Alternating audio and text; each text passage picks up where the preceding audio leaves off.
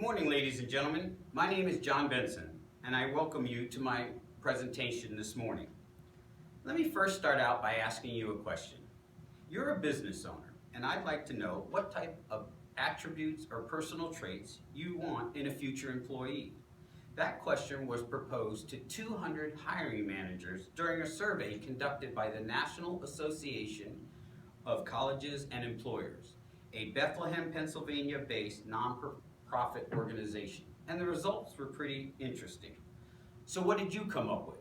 Most hiring managers say job experience, the ability to be a team player, and to have good interpersonal skills. All three answered made the top 10 list of the survey. So where does a newly graduated high school student go to acquire these skills? And before you answer, let me add one more thing. Is it not our responsibility as parents and adults to go ahead and make sure that our future generations have a positive platform to launch their life from after high school? Shouldn't we set them up for success from the start? Why, of course we should. Therefore, I propose we establish a mandatory military service program. Each graduating student is required to spend 2 years in active military service. The military will train the recruits in all the areas employers are looking for. So in a way, we're giving these seniors a chance to attain marketable skills for future employment opportunities. Here's what I mean. Most hiring managers want job experience. After serving 2 years in the military, they will have hands-on experience civilian job employers are looking for. They have been trained by the best in their career fields and are ready to face the challenges in the civilian job market. The future military member will be allowed to pick from one of the 5 branches of the military: the Army, the Navy, the Air Force, the Marines, and the Coast Guard. And according to a news article written for military.com, there are over 1,000 different types of jobs for them to choose from. Each of these positions creates skills that can be easily transitioned into a civilian job. The military has developed an effective tool in assisting recruits for finding their new career. With thousands of different careers for both officers and enlisted personnel in the armed forces, the Armed Services Vocational Battery, or ASVAB, Career Exploration Program can help identify and explore career opportunities. According to todaymilitary.com, the ASVAB is one of the most widely used multiple aptitude tests in the world, developed and maintained by the Department of Defense. ASVAB is made up of 8 individual tests in the following 4 areas: word knowledge, paragraph comprehension, mathematics knowledge, and general science. Upon completion of the battery, they will have a better understanding of what interests and what careers they would like to start their job in. Prior to starting my military career, I had thought of becoming a cook. However, after taking the ASVAB, I found I had interest and skills in other areas and ended up working in the field of human resources. Hiring managers also say they want a team player. The military is made up of a variety of people from all different customs and cultures. An article written for military.com states, "The United States Armed Forces are a reflection of America. Virtually every possible ethnic and religious group is represented. The military is a team of men and women from all over the United States working together with one single purpose: to protect our nation and fight for freedom." The article continues to state, "Today's service members are part of a team with a unique character and identity, where each service member is judged on his or her own performance, never by race, color, religion, or gender. It's been said that if society as a whole was more like the military in this regards, the U.S. would be a better place." End quote.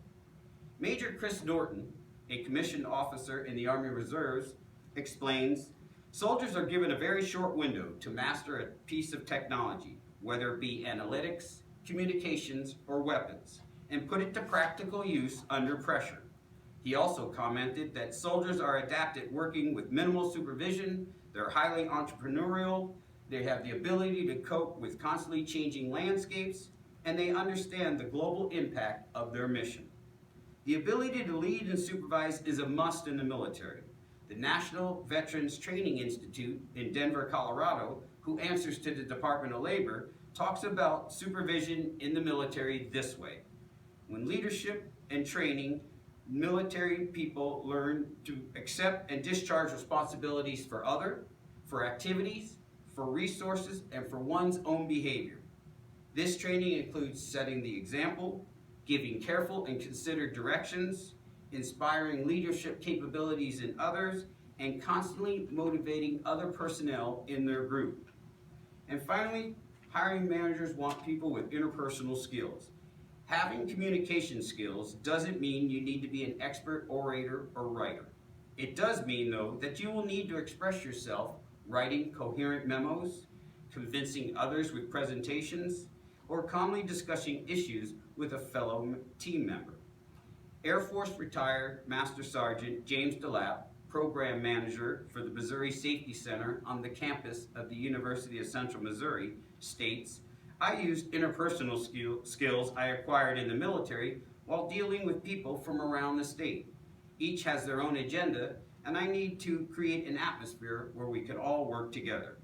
While in the military, service members must perform. They must do their assigned tasks, do it right the first time, and in a timely manner. They are constantly setting deadlines, creating schedules, and meeting mission requirements. Pressure and stress are common occurrences, but service members are taught how to handle these factors effectively.